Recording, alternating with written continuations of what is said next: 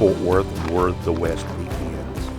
If you really, truly want to experience the Old West, come here. Where else can you go and spend one day that's so kid-friendly and go on a walking tour and laugh, cut up, see all these buildings that you'll see nowhere else in the United States.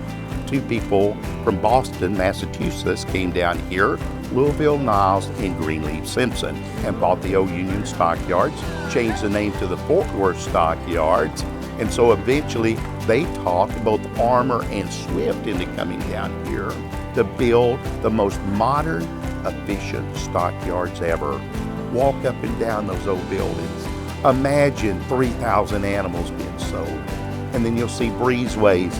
You'll see the bricks that were put in 1902 because we wanted the cleanest barns in the world. They were washed down every night. You can go there and see underground tunnels where we would move the animals underground right in front of the meat packing plants where we had covered bridges built up and over the railroad tracks. How eventually the 1960s showed up. By then, we had modern highways, so they just couldn't keep up with the modern economics. Swift and Armour lost their sales, so they closed down. But we were lucky. We still had something special. We became a National Historic District, and because of that, we're still a historic district today, and we have plans to make this even bigger and better in the future. We have an old steam locomotive bringing people in from Grapevine, Texas. We also have a lot of unique shops there that are dedicated to the Old West, and we have some great restaurants in there.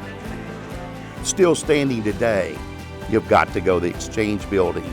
The cowboys would come in here and they would buy and sell out of that commission company.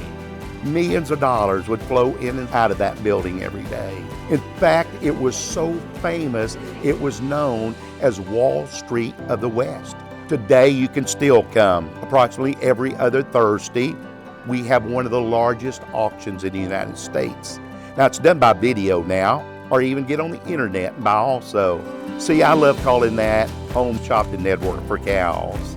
We were so fortunate to realize that we were the last stockyards left, that two people got together, Charlie and Sue McCafferty. They said, we're going to lose this place. They opened a museum. They were able to get items from both Swift, Armour, so you can go in and see those artifacts from the commission companies, from the meat packing companies, and also Niles City. Another great place for people to go down here is the Fort Worth Coliseum.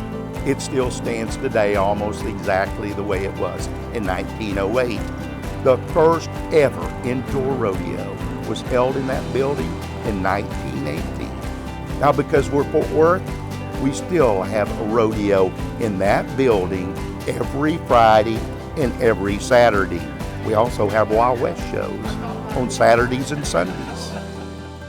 If you really want to see Fort Worth, you've only got one day, make it the Stockyards.